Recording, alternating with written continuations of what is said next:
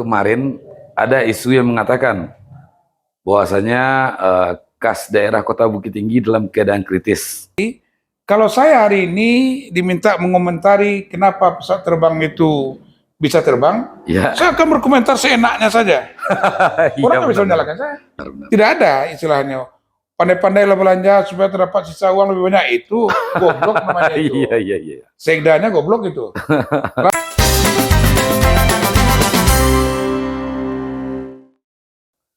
Assalamualaikum warahmatullahi wabarakatuh. Salam sejahtera untuk kita semua.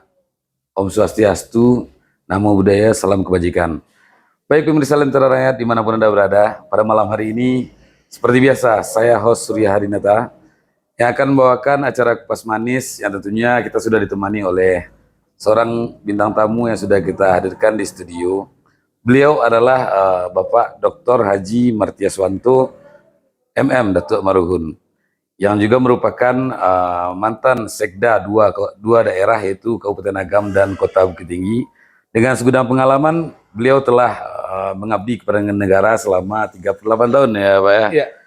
Baik, kita sapa dulu. Halo Pak Martiaswanto. Halo, assalamualaikum warahmatullahi wabarakatuh. Selamat malam, salam sejahtera buat kita semua. Baik, gimana kabarnya malam hari ini Pak? Sehat, Alhamdulillah, Pak? sehat. Oh baik. Ya, beliau adalah seorang abdi negara yang sudah mengabdi selama 38 tahun dan juga mencalon sebagai salah satu kandidat yang akan bertarung pada pilkada pada November 2024 ini di Kabupaten Agam, menggandeng Bapak Bupati yang sekarang menjadi incumbent, Bapak Andri Warman sebagai Bupati Agam dan calon dari Wakil Bupati Agam 2025-2030. Baik Pak, di sesi yang pertama ini kita ngobrol-ngobrol sedikit ya tentang pengalaman Bapak Martiaswanto selaku seorang sekda di Kota Bukit Tinggi. Jadi kan biasanya flashback ini kan dari awal Pak ya. Iya. Kalau sekarang kita yang dari yang baru-baru ini. Berarti terbalik ya? Terbalik ya. Jadi kita buat segmennya agak terbalik. Jadi pengalaman sewaktu menjadi sekdako Bukit Tinggi selaku seorang sekda, kegiatannya itu menurut undang-undang ASN dan undang-undang pemerintahan daerah, itu kan tugas seorang sekdako itu membantu kebijakan untuk mengatur kebijakan yang ditentukan oleh wali kota. Sejauh pengalaman Bapak Martiaswanto, apa saja sih kebijakan Kota Bukit Tinggi yang menurut Bapak positif dan mungkin bisa diimplementasikan nanti di Kabupaten Agam ini Pak? Baik, terima kasih. Saya pindah dari Kabupaten Agam tepatnya tanggal 8 Oktober tahun 2021 dan pada tanggal itu saya dilantik menjadi Sekda Kota Bukit Tinggi oleh Pak Wali Kota Bapak Haji Irman Sapar. Pada saat itu ada beberapa hal yang menjadi pusat perhatian kita karena pada saat itu kita masih mengalami suasana COVID. Benar. Di tahun 2021 itu. Dan sudah hampir ke pengunjungan memang, cuman pada saat itu Kota Bukit Tinggi masih beberapa lokasinya masih terkunci, masih terbatas untuk lockdown ya Mas. Masih lockdown. Nah, jadi tempat-tempat wisata masih tertutup, kemudian penginapan juga masih ditutup. Nah, kemudian Pak Wali Kota menginstruksikan kepada saya bahwasanya bagaimana percepatan pertumbuhan ekonomi. Karena Bukit Tinggi terdampak luar biasa pada saat itu. Pertumbuhan ekonominya sampai di bawah minus itu. Lalu kita sepakati, kita lakukan pengkajian, kita siasati bersama-sama. Mulai akhir 2021 itu kita sepakati seluruh objek-objek wisata kita terbuka, seluruh penginapan dan hotel kita buka, tetap dengan mengedepankan prosedur untuk standar COVID ya. Standar COVID yang ketat sekali itu. Lalu setelah di akhir tahun kita memfinalkan APBD, Pak Wali Kota memintakan begini, Pak Sekda, rakyat sudah terlalu terpuruk ekonominya selama 2 tahun terakhir. Diperkirakan tahun depan pun akan juga seperti itu. Saya minta Pak Sekda membuatkan langkah-langkah yang tepat bagaimana untuk meningkatkan kembali perekonomian masyarakat. 2 hal yang saya minta ditindaklanjuti oleh Pak Sekda. Yang pertama, tingkatkan pendapatan masyarakat, dan kedua, tekan pengeluaran masyarakat. Bagi seorang sekda itu merupakan suatu perintah dan mesti dijabarkan di dalam kebijakan anggaran. Makanya saya selaku sekda dan otomatis menjadi ketua tim anggaran pemerintah daerah, kita rumbukkan bersama dengan kawan-kawan. SKPD. Pada saat itu SKPD terkait, kemudian kita bicarakan dengan Banggar di DPRD, diambil kesimpulan bagaimana yang pertama peningkatan pendapatan masyarakat itu seperti apa. Yang kedua penurunan pengeluaran masyarakat itu seperti apa. Dua hal ini yang kita jabarkan. Harus berupa langkah konkret Harus ya. langkah konkret. Karena tidak teori lagi. Iya, Pak Wali Kota bilang tidak mau teori. Pokoknya masyarakat harus kita pacu pertumbuhan ekonominya ini karena sudah terlalu lelah ini dalam keadaan COVID.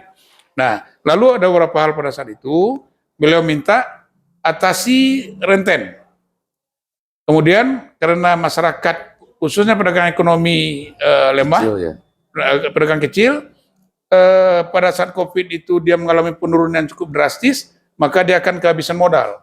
Daripada dia terjerat nanti kepada rentenir, kita ciptakan pinjaman-pinjaman yang dipinjam 10 dibayar 10, dipinjam 5 dibayar 5. Artinya adalah konsekuensi marginnya, kemudian biaya administrasinya kita bayarkan dengan APBD. Pada saat itu sah, boleh, karena kebijakan-kebijakan pemulihan ekonomi nasional. Baik, lahirlah sekali. Tabungan Usman.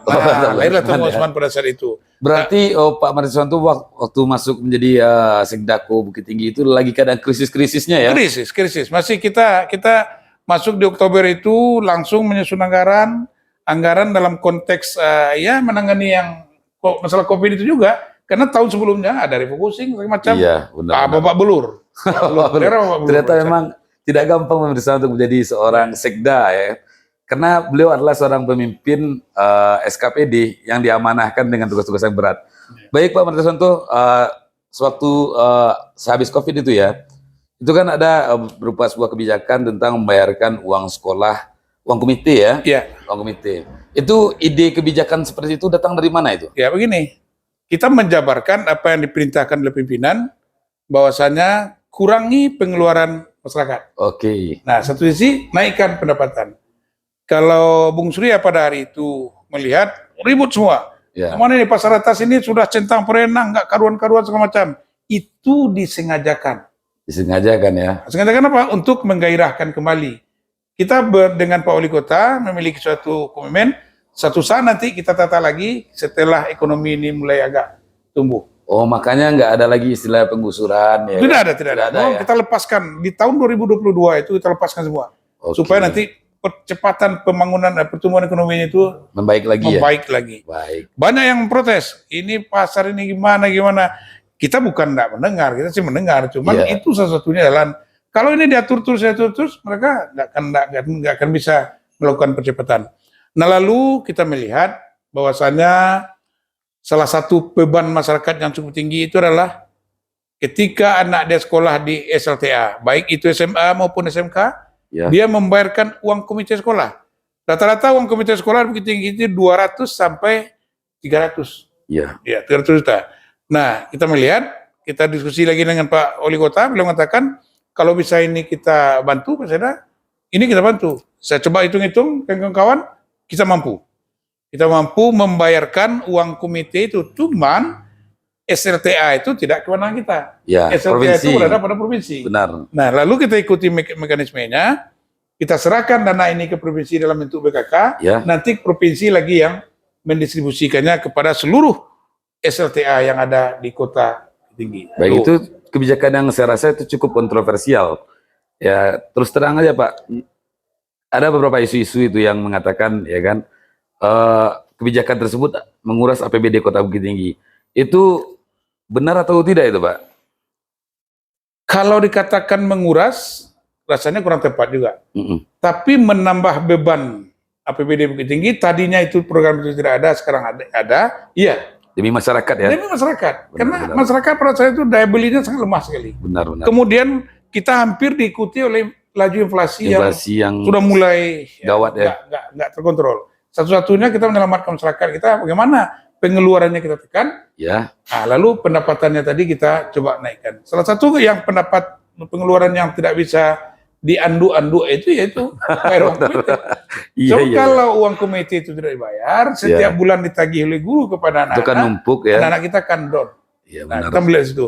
Sementara di Bukit Tinggi, salah satu program unggulannya adalah hebat di bidang pendidikan. Pendidikan. Nah, kalau hebat di bidang pendidikan, lalu anak-anak kita ditegur terus, ditagih terus tentang uang komite, dia akan kendor. Boro-boro memberikan prestasi ya. Oh, iya, akan lebih Benar, andro benar. malahan itu. Nah, Baik. itu menyangkut dengan bantuan untuk komite sekolah. Jadi tadi sudah katakan permudah permodalan melalui tabung Usman, Ya. kemudian tekan pengeluaran. Salah satu pengeluarannya adalah melalui uang komite. Yang ketiga, Ya. kita melihat lagi, apalagi yang menjadi beban masyarakat. Pada saat itu, masyarakat kita Bukit Tinggi belum semuanya terjaminkan oleh BPJS. Benar. Baru pada angka 92%. Benar. 92%.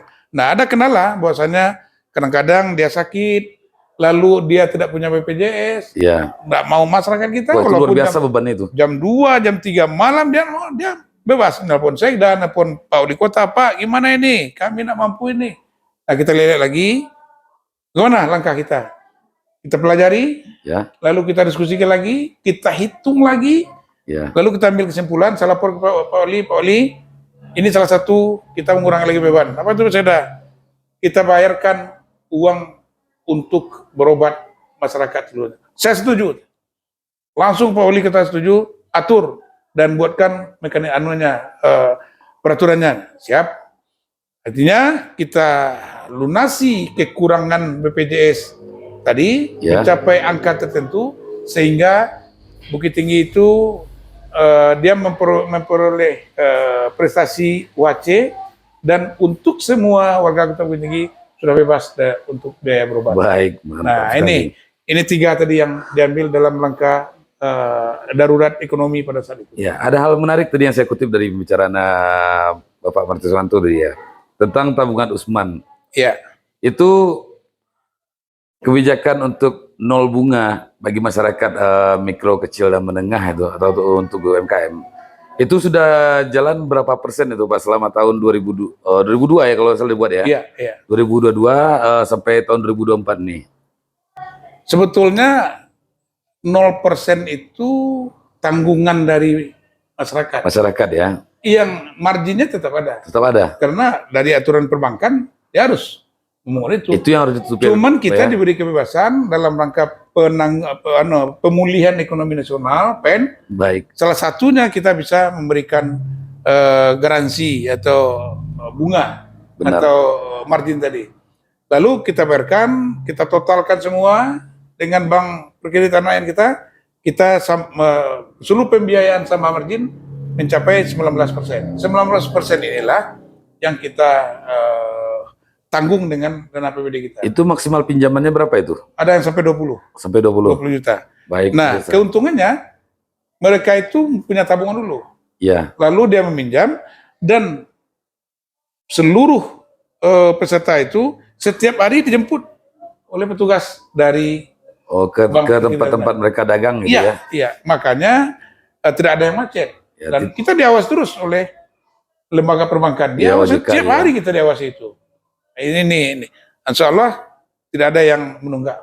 Ya, karena kebijakan seperti tabungan Usman ini memang baru saya lihat itu ada di Kota Bukit Tinggi ya. Iya. Langkah yang cukup cerdas untuk mengatasi atau menanggulangi COVID-19.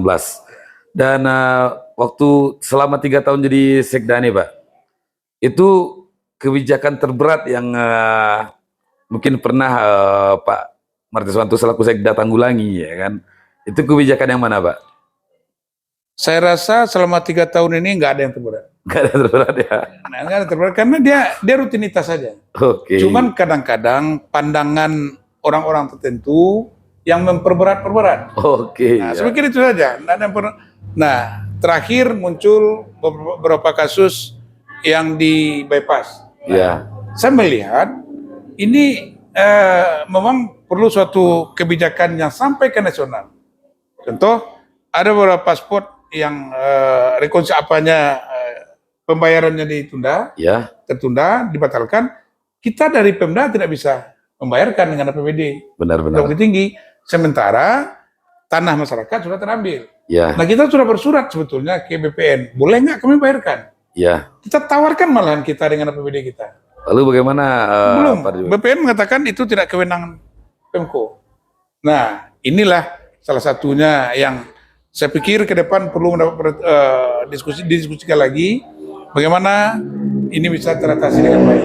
Jadi tidak ada masalah dengan masyarakat ya. Tidak, saya pikir ya kalau ditanyakan yang terberat itu sama, rata-rata sama lah. Sama ya. Sama lah. Baik, Ya. itu pengalaman untuk di Kota Bukit Tinggi pemirsa. Iya. Jadi ya menurut Pak Marteswanto yang pernah menjabat sebagai Sekda di Kabupaten Agam dan juga Kota Bukit Tinggi, apa sih yang menjadi perbedaan yang signifikan antara menjadi Sekda di Kabupaten Agam dan Kota Bukit Tinggi, Pak? Mengingat kontur masyarakat dan juga struktur sosial penghidupannya berbeda dengan Kabupaten Agam. Itu mana yang lebih berat kira-kira, Pak? Ada perbedaan yang cukup signifikan antara kota dengan desa. Benar. Ketika kita berbicara kabupaten, kita lebih banyak berbicara tentang desa. Ya, Di kabupaten disebut dengan nagari. Ketika kita berbicara dengan kota, sasaran kota itu adalah pelayanan dan jasa. benar. Kalau di kabupaten, dia tidak berorientasi lagi kepada pelayanan dan jasa. Dia bagaimana memenuhi kebutuhan-kebutuhan dasar, infrastruktur, dan lain-lain sebagainya. Nah, dua hal ini sepertinya dalam penanganannya memang memiliki trik-trik khusus. Di kota, semua orang pingin serba cepat. Semua orang pingin serba dilayani. Semua orang pingin serba nomor setengah. Oh gitu Bukan ya. nomor satu lagi. Bukan nomor satu ya. Bukan nomor setengah lagi. Terlambat kita sedikit, ribut. Iya. Terlambat kita sedikit, mati lampu, mati aja lampu jam 2. Heboh itu ya. Masyarakat langsung ke Pak Wali Kota. Pak Wali, lampu kamu mati. Nah ini, kenapa? Karena orientasi di Kota Media, di pemerintah kota itu adalah pelayanan. Baik. Lalu jasa. Jasa semuanya, karena kota itu merupakan pusat perekonomian, Ya. semua orang berorientasi ke sana. Nah kemudian, apa tugas kita? Ya melengkapi itu tadi. Bagaimana memperbaiki pelayanan, bagaimana menyiapkan sarana prasarana untuk orang bertransaksi semacamnya. Beda halnya dengan Di Kabupaten Agam. kabupaten. Kalau di kabupaten kita banyak mengarah kepada bagaimana melaksanakan kegiatan yang berdasarkan kebudayaan, rasu, Desentralisasi ya. desentralisasi itu. Oke. Nah ini perbedaan yang cukup mendasar. Oh baik. Itu kita di sesi yang pertama pemirsa. Kita break sejenak dan kita bakal kembali setelah yang satu ini.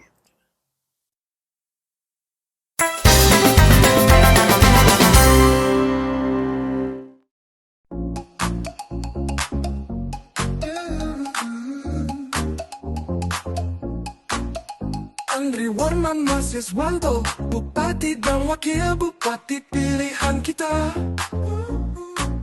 Untuk Agam yang lebih maju, pemimpin rakyat dan peduli pendidikan.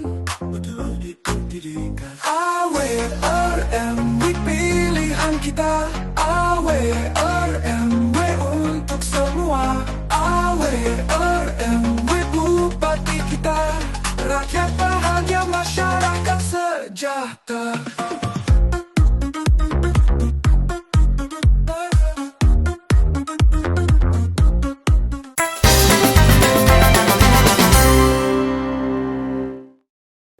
Baik pemirsa Lentera Rakyat, dimanapun Anda berada, sekarang kita kembali di sesi yang kedua.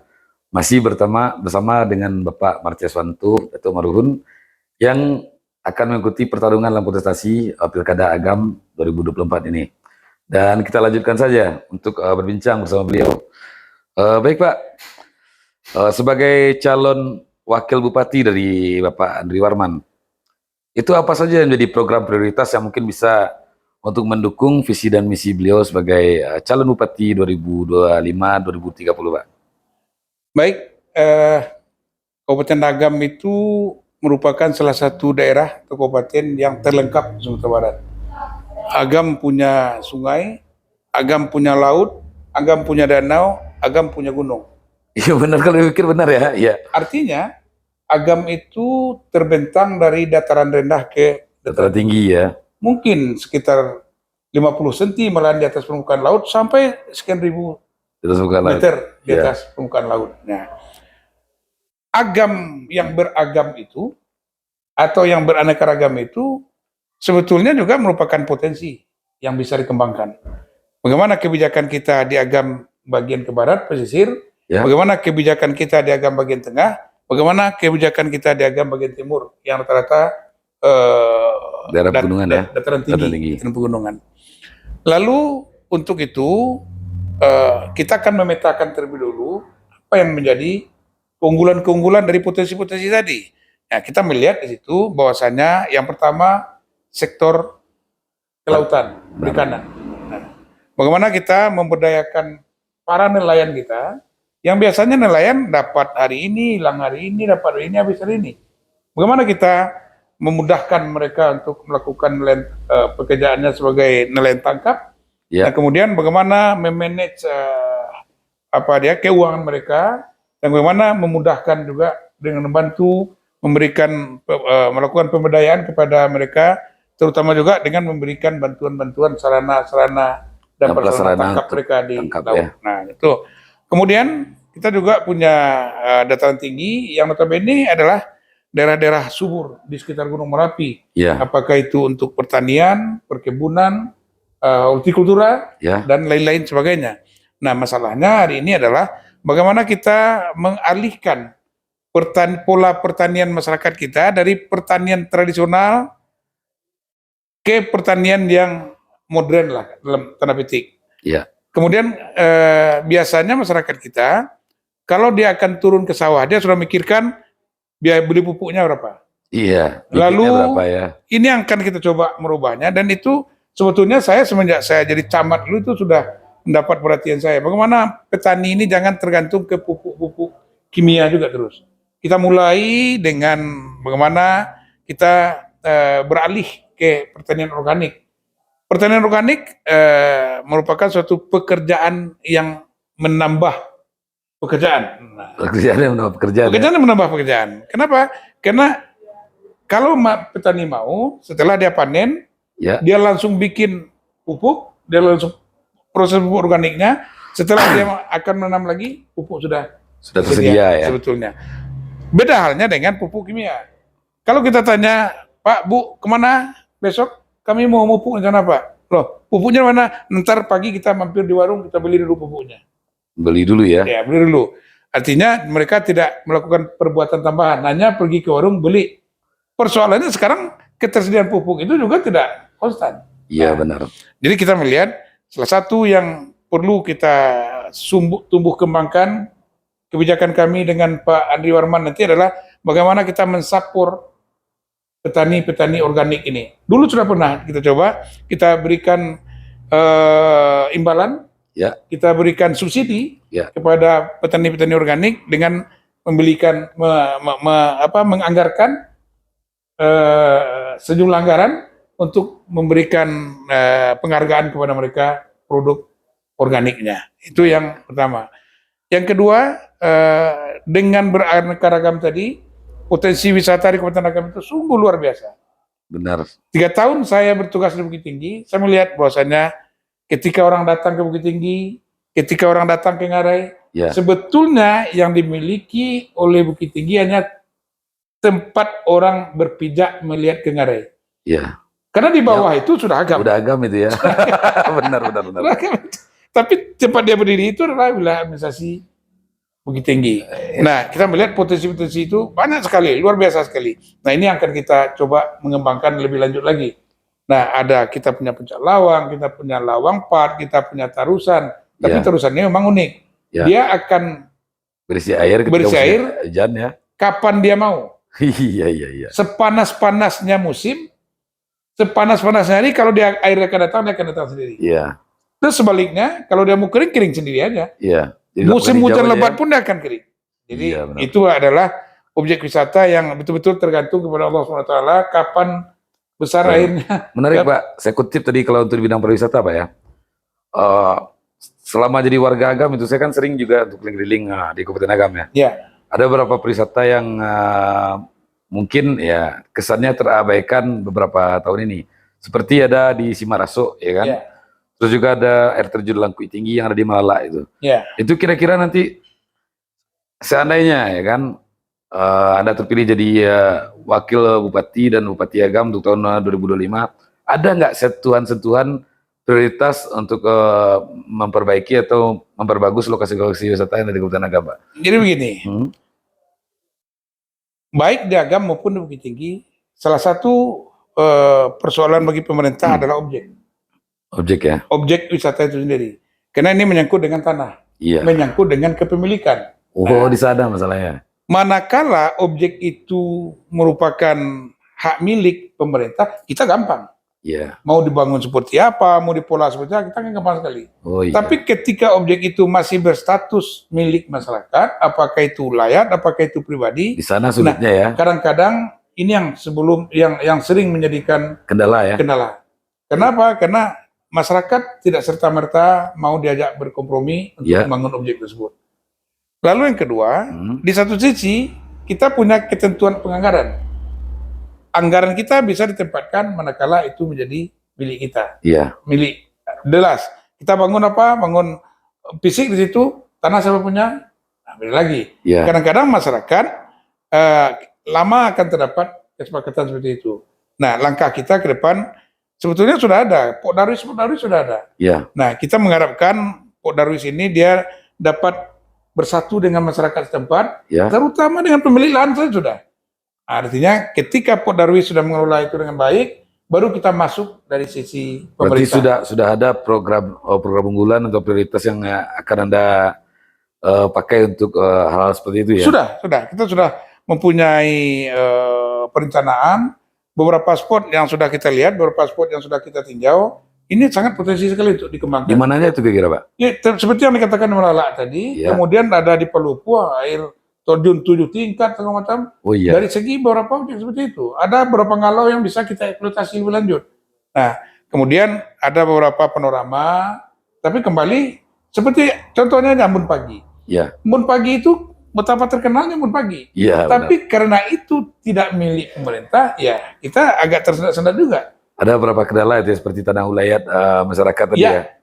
Itu sudah ada belum Pak upaya untuk mediasi bersama masyarakat untuk ya kalau kita sadar ya itu keberlangsungan dari hidup suatu masyarakat di lokasi tertentu itu kan juga tergantung dari bagaimana mereka mengelola tempat wisata tersebut. Ya, Ya apabila misalnya pemerintah mempunyai kebijakan untuk penganggaran dan perbaikan untuk daerah wisata itu, kira-kira sudah ada belum Pak istilahnya opsi yang akan Anda lakukan selaku Wakil Bupati dan juga Bapak Bupati Andri Warman untuk menegosiasi dengan masyarakat agar mereka juga bisa hidup dari penghasilannya dari objek wisata itu, Pak? ada. Yang pertama kita maksimalkan Pok Darwis, yang kedua kita bentuk perusahaan daerah yang mengelola bidang pariwisata. Oke. Kalau dia sudah dalam bentuk BUMD, dia Ya. bisa nego seperti apa dengan masyarakat. Oke, gitu Tapi ya. kalau dalam konteks anggaran daerah, Ya. kita sangat terbatas sekali. Baik membelanjakan untuk itu, maupun bagaimana kita menetapkan status kepemilikan tadi, kita terbatas. Tapi kalau sudah dalam bentuk BUMD, perusahaan daerah, mereka bebas.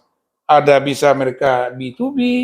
Bisa mengajukan proposal juga ke pemerintah ya. Nah, kalau perusahaan daerah, kita kan sudah sisihkan Ya, beberapa uang kita di perusahaan daerah itu. Iya, Silakan mereka manfaatkan. kelola ya. Mereka mau berkolaborasi dengan masyarakat seperti apa, mereka mau nyewa, mereka mau beli, silakan terserah aja. Oh, baik. Tapi mereka akan lebih leluasa, lebih fleksibel ketimbang kita pemerintah langsung yang berhubungan dengan masyarakat. Baik, ternyata banyak pemirsa istilahnya pengalaman yang sudah ditimba oleh beliau selaku abdi negara yang sudah mengabdi selama 38 tahun.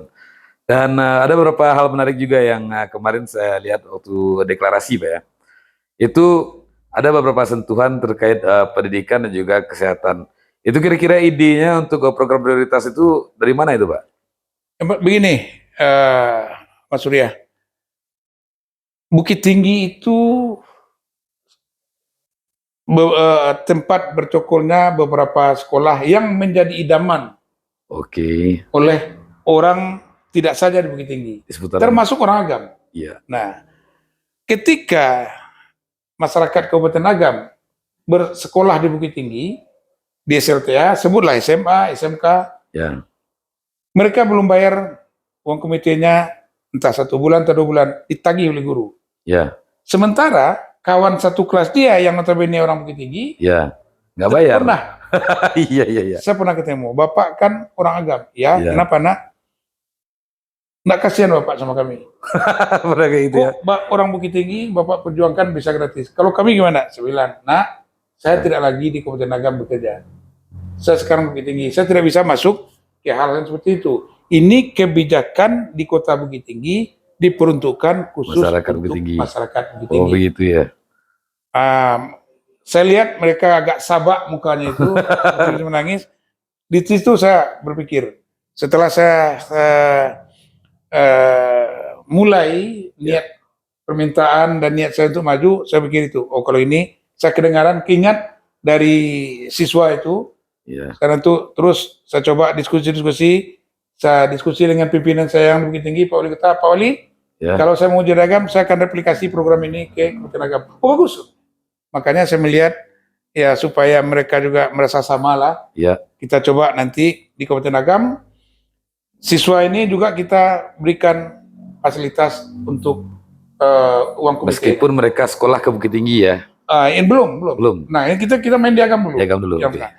Lalu kita lihat Bukit Tinggi kita bisa gratiskan. Di Kabupaten Agam saya coba hitung banyak juga. Iya. Sekitar 18.000 loh. 18.000 siswa. Kalau digratiskan 18.000 kali 200.000 udah 36 miliar. Kacau juga ini. Iya. Ya, makanya kita diskusi dengan Pak AWR, kandidat calon. Saya katakan, begini Pak Bupati. Karena beliau kan masih Bupati sekarang. Ya. Ini kita programkan, kalau Pak setuju nanti ini menjadi program prioritas kita. Silakan Pak, silakan. Tapi saya bilang, kita bertahap. Beda dengan Bukit Tinggi. Bukit Tinggi kita sekaligus langsung Ya. kita mampu. Soalnya anggarannya mampu Tapi ya. di Kabupaten Agam jumlah 18.000 ini tidak kuat. Mungkin kita ambil tahun pertama nanti kalau insya Allah kami dipercaya nanti, Ya. kita mainkan dulu 50%. Kita coba lihat, kalau mampu tahun kedua 75, atau kalau mampu tahun kedua sudah 100, kita lihat perkembangan. Ini apa? Ini untuk masyarakat kita. Masyarakat. Salah satu untuk mengatasi putus sekolah adalah dengan membantu Subsidi ya. subsidi itu. Karena yang wajib sekolah itu yang kita gratiskan dari sesuai kewenangan hanya sampai SMP. Ya. SLTA sudah tidak lagi. Makanya kita melakukan itu. Yang kedua, program kita yang sudah juga lebih tinggi yang saya katakan tadi adalah WACE. Baca ya. Nah, WACE ini semua warga kota kita gratiskan berobat. Nah, kalau ini kita mampu. Saya lihat, saya dalami lagi di Kabupaten Agam juga sudah sampai, hari ini sudah sampai 92% yang dijamin, baik itu dari pusat, provinsi, mandiri, sudah 92%. Berarti Ya. ada tinggal sekitar 8% lagi ya. 7% lagi. Karena kalau 9 sudah bisa WACE. Sekali-kalikan lagi dengan kawan-kawan, 7% rasanya kita mampu.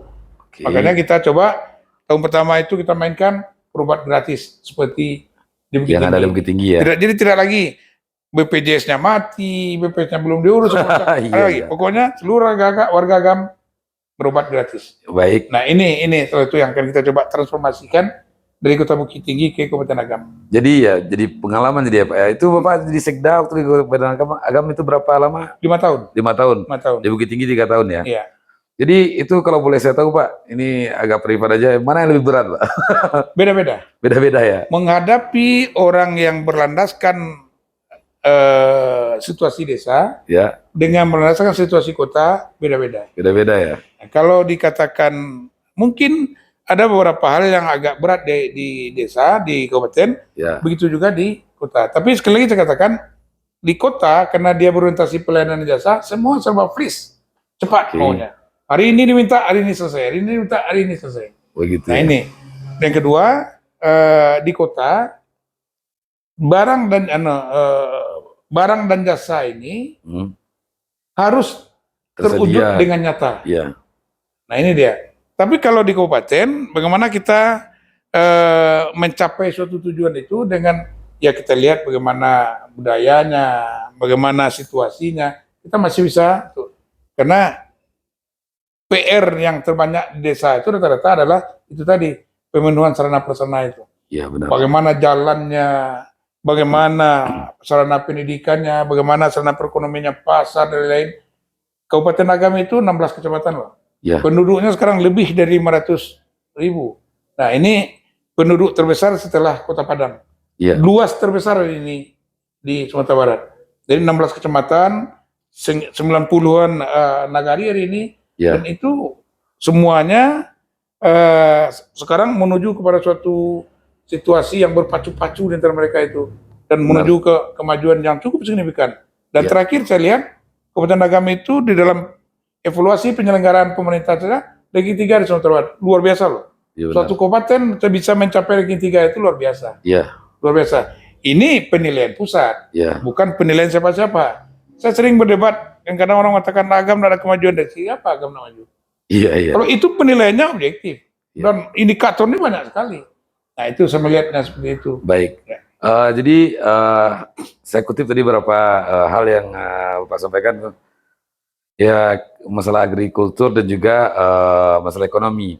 Kita sama-sama tahu Pak bahwa pasar Padang Luar itu adalah sebuah sentral bisnis untuk agrikultur terbesar di Sumatera Barat ya. Tapi ada beberapa kendala di sana seperti mungkin jalannya yang itu jalan provinsi kan. Iya. Jadi istilahnya program nggak yang nantinya bakal dijalankan oleh pemerintah Kabupaten Agam, seandainya Anda terpilih jadi wakil Bupati Kabupaten Agam, ada langkah-langkah konkret nggak untuk menguraikan masalah macet atau apa? Mengingat, ya kan, salah satu sentral bisnis agrikultur yang ada di Sumatera Barat yang terbesar itu ada di Padang Luar, Pak. Ada dan ada sekali. Ada sekali. Nah, kenapa saya katakan ada? Persoalan penanganan kemacetan di pasar Padang Luar itu sebetulnya ya sudah timbul tenggelam itu. Dulu sudah hampir final. Ya, Ada dulu rencana untuk flyover. ya, Kita sudah rapatkan, dudukan. Terakhir kami di Kabupaten Agam diminta oleh PU Provinsi carikan alternatif ya, jalan karena dia langsung tutup total. ya, Berpengalaman kita pembangunan flyover di Aur Kuning ini. Saya katakan pada saat itu, karena saya diutus oleh Pak Bupati, kalau untuk mobil-mobil tertentu, minibus bisa. Ada beberapa alternatif, baik ke Parabe, segala macam, keluar Ya. lagi dia bisa. Tapi kalau sudah mobil-mobil besar, mobil Sumatera Utara, Medan, Padang, Medan, dari Pekanbaru, Jakarta macam, ya. kita nggak mampu lagi. Nggak ada satupun ruas jalan kita yang mampu. Jadi saya minta ada teknologi yang selama pembuatan itu jalan tidak ditutup. Mungkin buka tutup boleh, tapi tutup mati enggak. Sampai kepala dinas PU Provinsi mengatakan kalau itu belum ada Pak. Saya Solusinya. butuh masih asisten, belum ada Pak asisten. Kalau kita bangun flyover harus tutup total. Terlepas dari pro dan kontra pembangunan itu sendiri. Benar. Dari segi teknik pun belum bisa meyakinkan kita jalan. Oh, itu bisa dibuat ya. Nah, lalu apa yang keluarnya? Kita mencoba bagaimana perluasan dulu. Malam-malam saya memimpin rombongan untuk menghitung, untuk menginventarisasi siapa-siapa yang kena, Ya, badan mana yang kena. Sudah dapat, sudah selesai. Tinggal persoalannya lagi adalah di sisi pasar. Kita mau tertibkan pedagang-pedagang yang hari ini berjualan di atas di tepi jalan ya. bandar itu, Ya, di bandar, kita mau masukkan ke dalam. ya, Tapi apa persoalannya? Di dalam itu, di samping PT KAI mengontrakkan ke pasar, ada juga beberapa lokasi di dalam itu yang dikontrakkan ke orang per orang. Ini orang-orang persoalan. swasta ya. Makanya kita sudah coba berurusan ke PT KAI, belum tembus. Hari ini saya yakinkan saya maju dengan Gerindra hari ini. Ya, Saya maju dengan Gerindra, insya Allah Gerindra akan menjadi presiden nanti. Kita akan memanfaatkan ini dengan baik, Baik. untuk melakukan pendekatan. otoritas ke PT pusat KAI. ya. Ya, Baik. saya juga sudah sampaikan ke Pak Andri Rocade untuk membantu kita nanti dalam peminjaman ke PT KAI. Baik, oke. Sekian untuk sesi yang kedua pemirsa. Kita break sejenak dan kita akan ketemu di sesi yang ketiga dengan hot issue yang pastinya akan dijawab dengan totalitas oleh Bapak Martiswanto.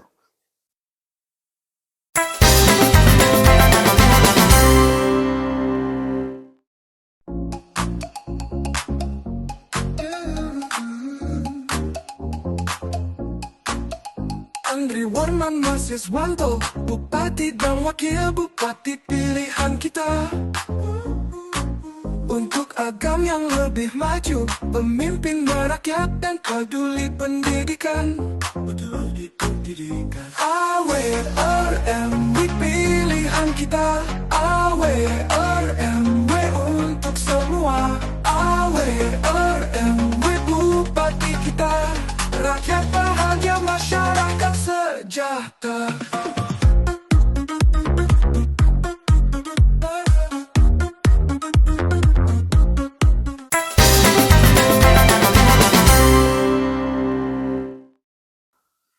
Baik pemirsa Lentera Rakyat dimanapun Anda berada, sekarang kita telah kembali di sesi yang ketiga dan masih dengan tema yang sama, right man in the right place, orang yang tepat di tempat yang tepat. Baik, kita lanjutkan Pak Martiswanto. Ya, Ya, kita bermain di sesi yang ketiga ini seputar masalah isu, Pak. Itu kemarin ada isu yang mengatakan bahwasanya kas daerah Kota Bukit Tinggi dalam keadaan kritis. Itu masih dalam masa Bapak sebagai Sekda ya. Itu bagaimana tanggapan Bapak tentang hal tersebut, Pak? Baik, 2 hari ini HP saya nggak berhenti berdering. Ya. Banyak yang masuk, banyak yang konfirmasi segala macam mengatakan kas daerah Kota Bukit Tinggi dalam keadaan kritis. Lalu saya tanya kritis seperti apa? Mereka nggak bisa juga menjawab sebetulnya. Yang jelas ada beberapa konten yang mengatakan seperti itu diiringi dengan ya Surat edaran itu. narasinya. Ya. Nah, kemudian yang mereka pedoman itu ada edaran dari Sekda. Saya mengatakan bahwasannya di dalam mengelola APBD itu kita mempunyai seni dan manajemennya. Oke.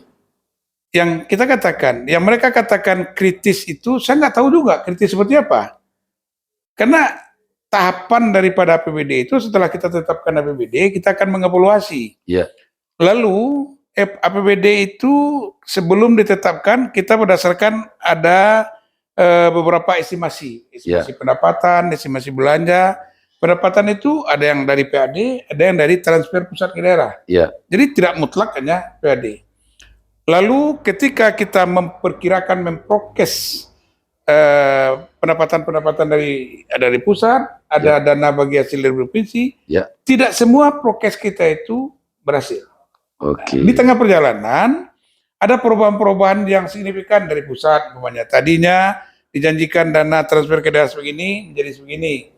Itu makanya ada pintu darurat dalam sirkulasi APBD itu, APBD perubahan. Ya. Lalu dikatakan Bukit Tinggi hari ini sudah selesai APBD perubahannya. Ya. Nah, sekarang berada dalam evaluasi. Lalu ternyata kok tiba-tiba dikatakan APBD Bukit Tinggi itu defisit.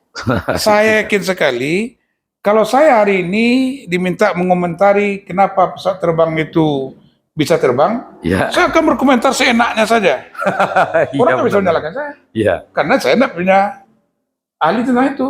Terserah saya ngomong dong. Nah, saya melihat kawan-kawan ini nggak tahu persoalan, lalu ngomong. Kalau sudah dibahas APBD perubahan, tidak ada lagi defisit. Kita tidak bicara defisit. Defisit itu kenapa terjadi? Karena perkiraan awal itu tidak masuk. Contoh, kita perkiraan dana bagi hasil dari provinsi itu umpamanya dapat 50 miliar. Tahu-tahu provinsi hanya menggelontorkan pada saat Desember itu hanya 30%. Ya kita kena 20%. Nah, lalu begitu juga dengan pusat. Karena APBD kita itu finalnya 30 November paling lama loh. Dalam rentang waktu 1 bulan Desember itu realisasi. Apakah realisasi dana transfer dari pusat ke daerah? Apa realisasi dari dana bagi hasil? Satu. Yang kedua, Bukit Tinggi capaian penggunaan APBD di Bukit Tinggi tahun 2023 kemarin tinggi sekali. Nah, sehingga apa yang kita harapkan, kita perkirakan akan menjadi silpa, ternyata tidak sebanyak itu. Loh, itu bukan suatu persoalan, itu menandakan Pemko ini berhasil melaksanakan kegiatan. Benar. Tidak ada istilahnya pandai-pandai lah belanja supaya terdapat sisa uang lebih banyak, itu goblok namanya itu. Iya. Sekdanya goblok itu. Lalu ketika kita temukan silpa itu sedikit, itu adalah kita berhasil memperbaiki. Kita berhasil ya. Tapi memang konsekuensinya kalau kita perkirakan tadinya silpa 10%, tahu-tahu silpanya menjadi 5%, itulah pintu darurat di perubahan anggaran kita sesuaikan. Baik. Jadi nggak ada harapnya gitu loh. Makanya itu dilaksanakan. Jadi saya melihat APBD kritis, saya nanya pikir-pikir APBD kritis mana. Ditambah lagi narasi APBD dipergunakan untuk hal-hal yang tidak menjadi kewenangan. Oh, ini lebih parah lagi. Saya bisa provokasi masyarakat nanti. Bahwasanya ada orang mengatakan bahwa tabungan Usman itu tidak perlu, bantuan untuk sekolah itu tidak perlu. Apa? Gimana? Saling memprovokasi kita. Jadi ada indikasi semua loh. Ini ada provokasi politis ya. Tapi tidak baik lah. Ini untuk rakyat kita semua. Artinya kecuali tunjangan sekda dinaikkan, tunjangan kepala dinas dinaikkan, ini boleh kritis bersama. Tapi kalau pembagian untuk masyarakat dinaikkan nggak perlu. Tujuan APBD kita itu mensejahterakan rakyat. Nah ini. Jadi kalau nggak ngerti tanya dulu lah, nggak usah. Kritisnya di mana? Setelah perubahan APBD itu harus balance kembali. Berapa pendapatan, berapa pengeluaran. Nggak boleh dalam keadaan defisit kita tinggalkan. Harus Berarti balance. ya, berarti bisa kita indikasikan bahwa itu adalah hoax ya. Bisa dikatakan hoax ya. Akhirnya kita anggap hoax. Benar. Mestinya kawan-kawan itu nanya dulu, ini kenapa terjadi begini ya? Lalu dipersoalkan edaran. Edaran itu adalah warning terhadap SKPD. SKPD. Apa ya warningnya? Ya, yang mengelola pendapatan segera cepatkan pendapatan. Ya, Yang mengelola belanja hati-hati. ya. Jangan nanti belanja kita ini terpakai hanya untuk perjalanan dinas segala macam. Anda hati-hati betul. Mana program yang mengarah kepada masyarakat. Berarti itu hanya semacam atensi, Pak ya. Atensi itu seni. Iya. Seni. Dan makanya kalau ada surat-surat di dalam kantor itu, kalau nggak ngerti tanya dulu. Jangan mencarikan orang untuk mendapatkan informasi itu dengan berbagai cara lalu diekspos segala macam. Nggak ngerti. Apalagi di tahun politik. Tahun politik. Iya benar. Jadi ada beberapa dokumen, Ya, sebetulnya tidak semua orang bisa memahami. Saya katakan edaran yang diedarkan dibuat sekda hari ini itu yang dicoba mengeksploitasi itu orang konyol-konyol aja. Nggak paham Gitu ya. dia tentang sirkulasi Ya. APBD itu. Hari ini, mohon maaf ini, Bung Surya, ya, saya katakan setelah saya simpulkan, Pak Herman Sapar harus berterima kasih ya, ke kawan-kawan yang mengekspos itu, karena ini adalah promosi tak berbayar. promosi gratis. Promosi gratis ini. Iya benar. Betapa beliau prioritas beliau kepada peningkatan ekonomi, Iya. betapa prioritas beliau ke pengurangan pengeluaran, Iya. betapa ekspor beliau kepada penguatan permodalan segala macam. Iya. Gratis kan? Iya.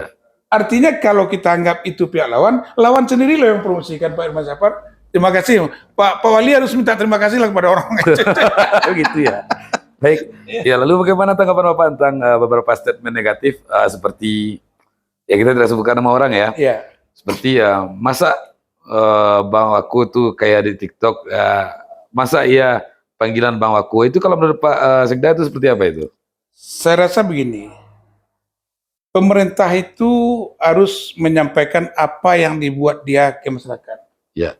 Nah hari ini kalau dulu saya hanya butuh Bung Surya dengan Ya. media-medianya. Ya. Karena pemerintah trust masyarakat ke pemerintah cenderung di bawah dibanding media. Ya. Karena media itu sudah galiknya itu bagaimana mengemas suatu informasi. Iya. Nah, itu tidak bisa kita mungkiri. Iya. Kalau benar. katakan mana yang percaya masyarakat kepada pemerintah dan kepada media, Pasti kepada terlepas media pada- ya. dia akan mengambil media dulu. Iya. Nah, dulu kita bermitra dengan media. Nah, kemudian pada saat itu ya media tulis, media cetak. Iya. Karena kita belum mengenal lagi Media online. media ya. online segala macam. Lalu berkembang. Nah, sekarang di samping kita dengan media, kita memanfaatkan sana yang ada. Iya. Untuk apa? Untuk akuntabilitas kita ke masyarakat. Hai bapak-bapak dan ibu-ibu wargaku, Ya. warga kota, hari ini kami melakukan ini. Hari ini kami melakukan ini. Itu wujud transparansi. Kalau enggak masyarakat kami tanya, sebanyak ini dana kota kemana aja nih pakai?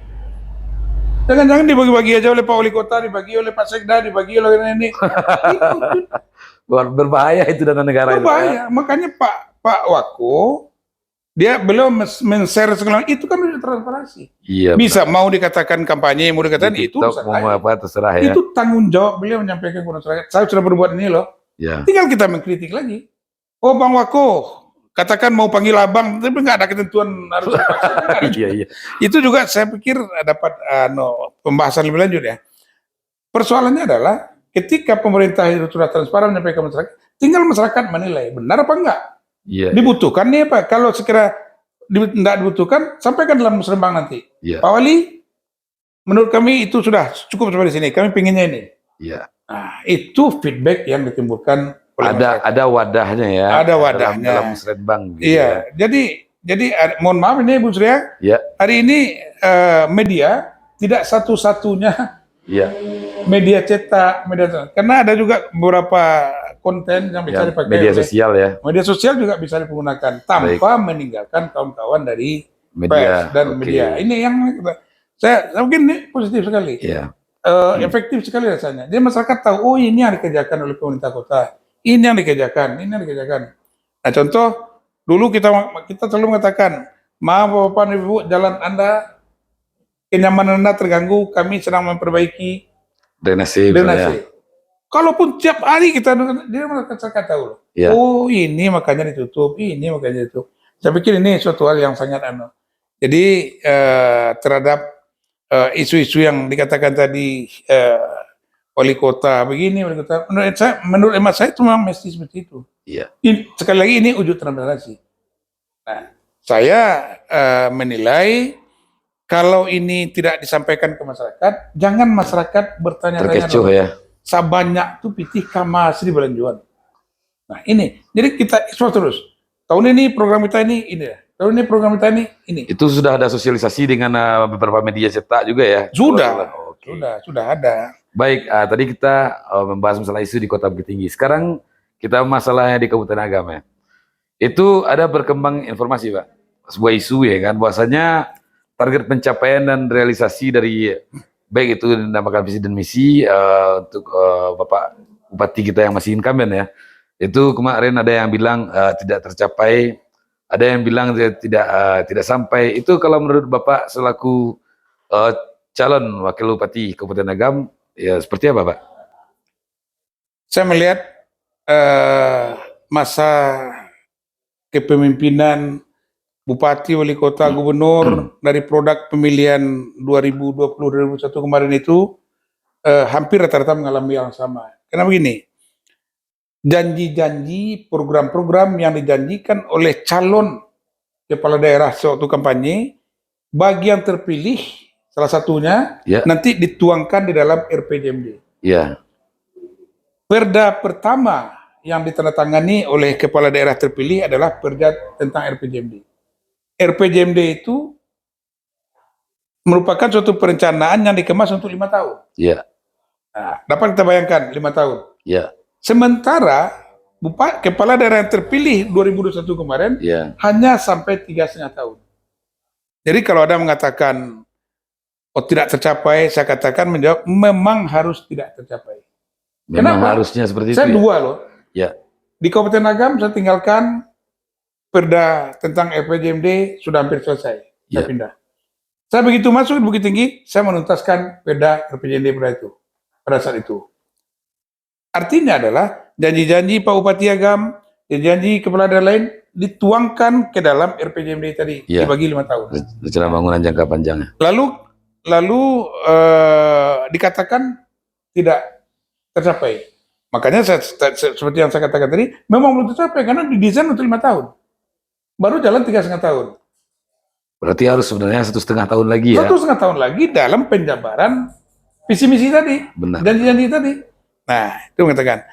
Lalu dikatakan banyak yang tidak tercapai. Nah, penilaian itu bisa menurut penilaian mata telanjang kita, yang bisa menurut pemerintah di atasnya.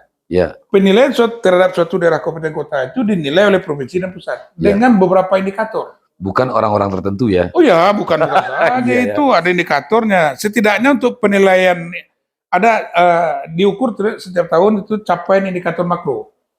Capaian indikator makro itu minimal dia memiliki 9 indikator.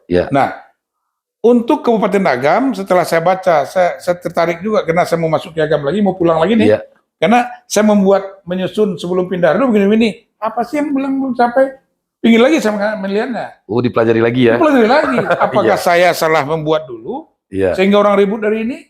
Apakah memang di setting lagi untuk situasi-situasi politik? Saya tertarik. Ternyata apa yang terjadi? Capaian indikator makro Kabupaten Agam tahun 2023 dari 9 indikator itu, 5 diantaranya di atas 100%. 5 di atas 100%.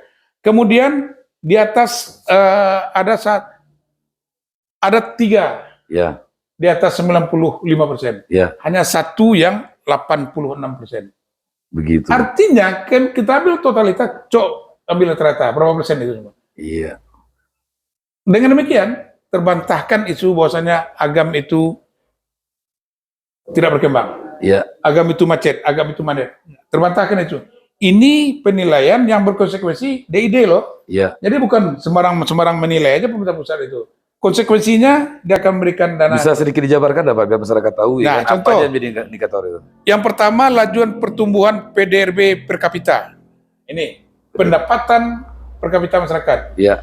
Target 2023 itu sebesar 2,95%. Ya. Capaian 3,12. Itu 105 loh Ya. capaiannya. Dan itu dinilai loh Provinsi. Oke. Nah kemudian orang selalu mengatakan merosot ekonomi agama segala macam. Ya. Kita melihat dari laju pertumbuhan ekonomi tercapai 106,35%. Ya. Nah, Dari targetnya berapa, Pak? dari targetnya di 2023 itu 4,25, capaiannya 4,52. Berarti melebihi target ya? Melebihi target, makanya dia 106. Kemudian yang menjadi kunci dalam penilaian itu adalah indeks pembangunan manusia IPM. Nah, IPM ini menjadi standar dan itu menjadi perebutan oleh daerah untuk meningkatkannya. Nah, IPM dari agama itu tahun 2003 100,81. Ini luar biasa ini. Iya. 100,8. Harusnya perlunya diapresiasi itu ya. Nah, cuman memang ini tidak semua orang tahu. Iya. Kembali kepada persoalan awal tadi, sudahlah nggak tahu memponis. Gitu ya. Mestinya Aja klarifikasi dulu lagi. ya. Kami mendengar agama ini begini, gimana nih? Kan? Iya. Satu. Lalu yang kedua, setiap tahun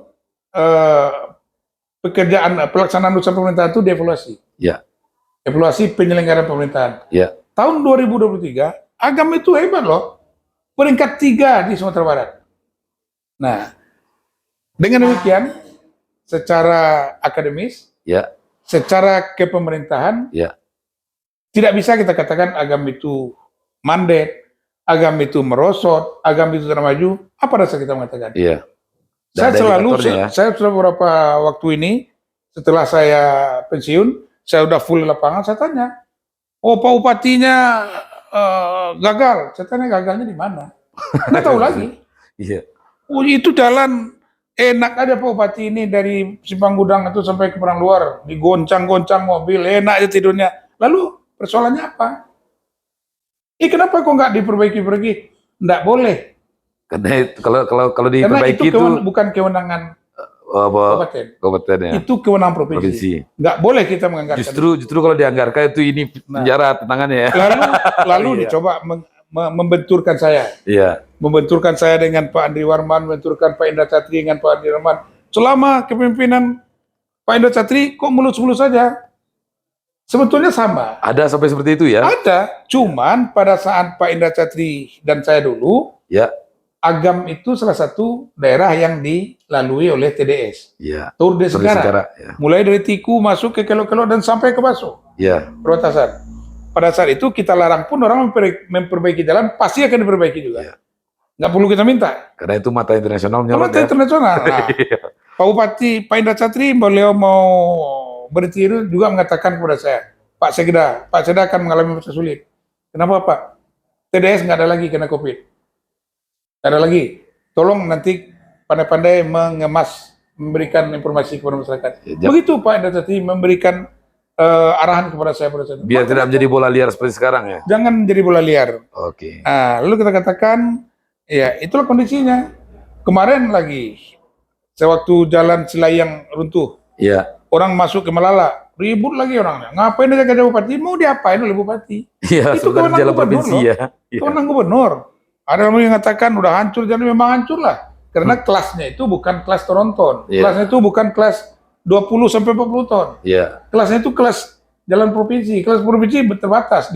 Hari ini dilewati oleh kendaraan yang tonasenya lebih, ya cepat hancur, pasti. Wajar ya. Wajar sekali lah. Jadi, Baik.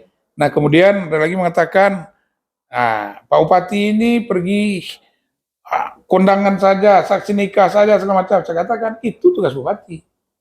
Bupati itu harus hadir di tengah-tengah masyarakat, baik suka maupun Dukanya ya.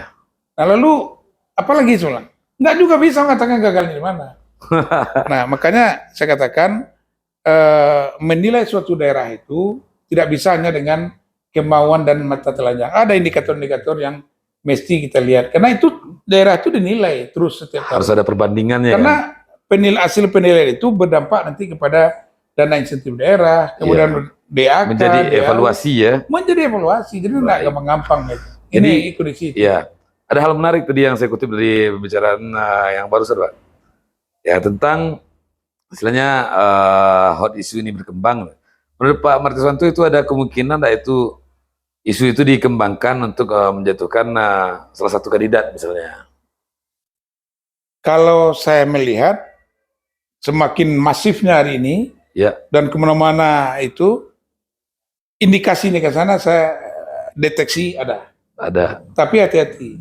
Ya, Saya tidak ingin masyarakat Kabupaten Agam itu tidur dengan asupan informasi yang salah. oke. Ya, itu saya rasa itu informasi yang salah. Kenapa? Karena ketika kita kejar lebih jauh, mereka nggak bisa jawab lagi. Ya, Nah, artinya nak lempar isu ini, mau orang percaya mau enggak, urusan hati-hati. Tapi masyarakat kita hari ini tidak bodoh. iya. Masyarakat kita sudah para pintar-pintar. Sudah Saya punya sekali aja saya jelaskan di lapangan, oh begitu ya Pak. Oh dan, begitu ya dan Pak. lagi sudah punya HP masing-masing ya. Benar apa masing-masing. Jadi Dia bisa informasi membandingkan bisa loh. secara cepat Bisa. apa ya. Hati-hati menyebar isu karena masyarakat sekarang langsung bisa membandingkan benar nggak dibilang Bapak ini. Oke. Benar nggak dibilang Bapak ini.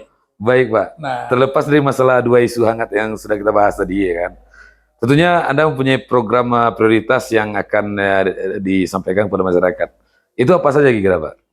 yang pertama kita melihat setelah memetakan kondisi-kondisi faktual yang dari Kabupaten Agam, kita tetap berorientasi. Yang pertama bagaimana menjalankan pemerintahan ini yang baik.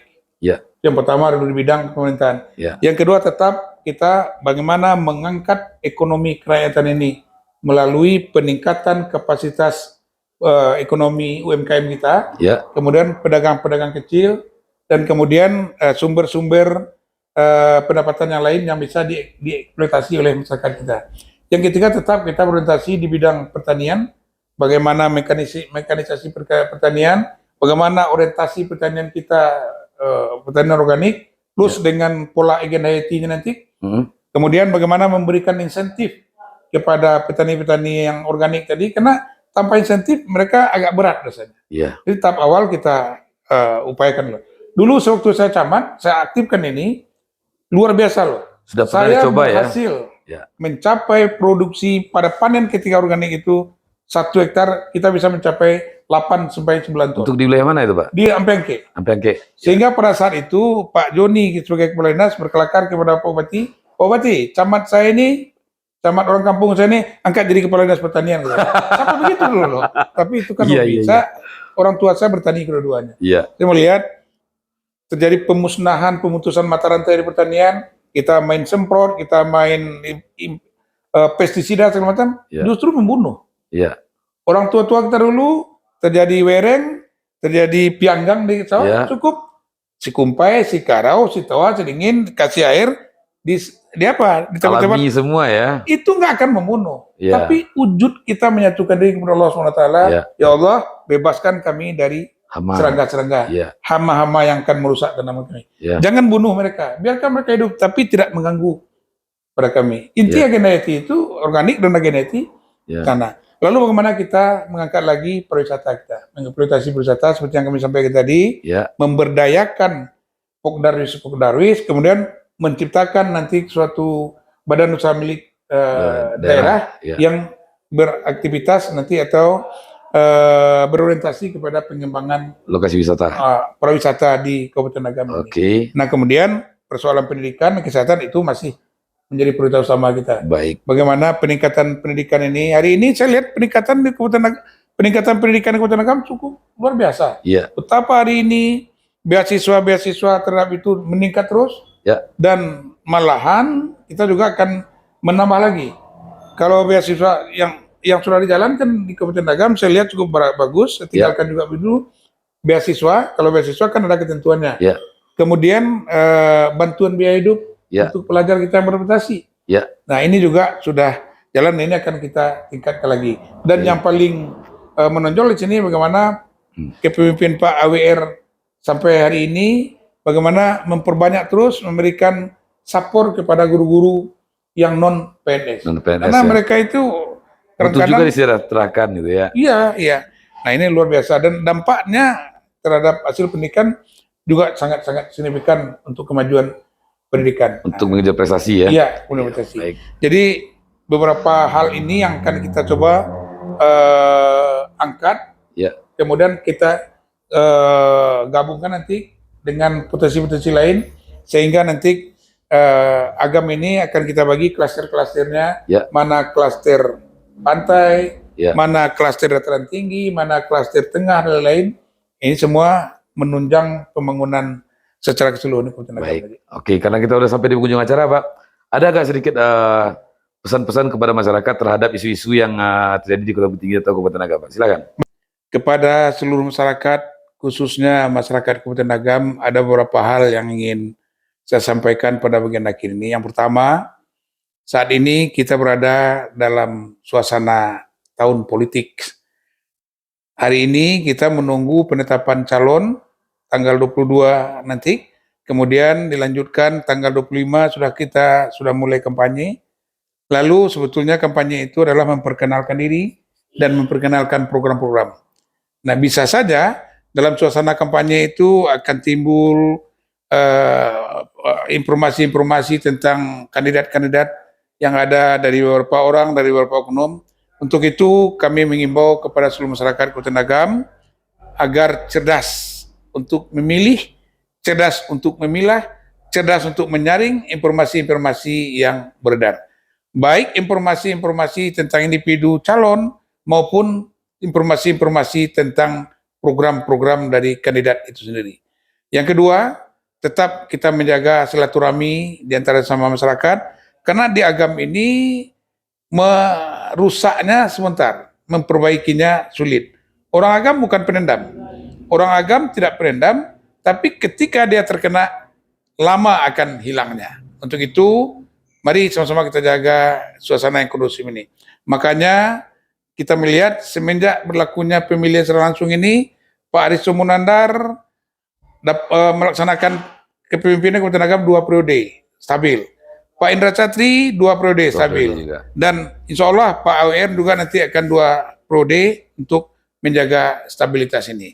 Nah, kemudian tentu kita berharap nanti wujud terbaik daripada masyarakat dalam partisipasi politiknya adalah memberikan suaranya di waktu yang telah ditentukan. Hari ini kita menunggu waktu pemilihan tanggal 27 November 2024 ini.